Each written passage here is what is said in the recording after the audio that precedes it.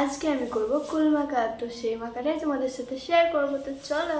নারকোলে কুল খেতে তোমরা কারা কারা পছন্দ করো কমেন্ট বক্সে একটু জানিও। আর এই নারকোলে কুল আমি কোথা থেকে পেয়েছি সেটা তোমরা ভিডিও দেখলেই জানতে পারবে। এখানে নিয়ে নিয়েছি ধনেপাতা আর দুটো কাঁচা লঙ্কা।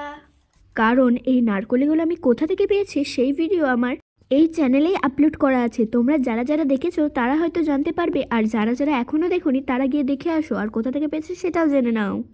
নারকোলি কুল কিন্তু মেনলি এই সিজনেই হয়। কুল মাখা করবো আর কলা পাতাতে খাবো না তা কখনো হয়? তার জন্য কেটে নিলাম গাছ থেকে একটা কলা পাতা। তারপরে আর কি চলে গেলাম ধুতে। এখন ভালোভাবে লগড়ে লগড়ে ধুয়ে নেব।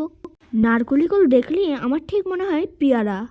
জানি জানি একটু বেশিই বলে ফেলেছি, কারণ মোটেও পেয়ারার মতো নয়, বাট আমার একটু লাগে কেন জানি না। তো চলো চলো সেসব কথা বাদ দাও, এবার কিভাবে মাখাটা করি সেটা তোমাদের সাথে শেয়ার করা যাক। ধোয়া তো কমপ্লিট, তারপরে চলে এলাম।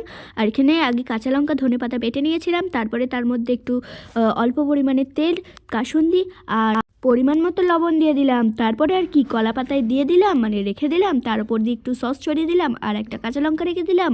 উফ, খেতে তো অনেকক্ষণ হলো, মানে সরি মাখাটা অনেক হলো। এবার খেয়ে একটু টেস্ট করা যাক। বিসমিল্লা বলে টেস্ট করলাম, খেতে দারুণ ছিল। তোমরা যারা যারা নারকোলি কুল ঘরে আছে বা ঘরেতে আছে, তোমরা যারা যারা খেতে পছন্দ করো না, এরকমভাবে মাখিয়ে ট্রাই করো, দারুণ খেতে হয়েছে। আজকে ভিডিওটা এই পর্যন্তই, দেখা হচ্ছে নেক্সট কোনো ব্লগে।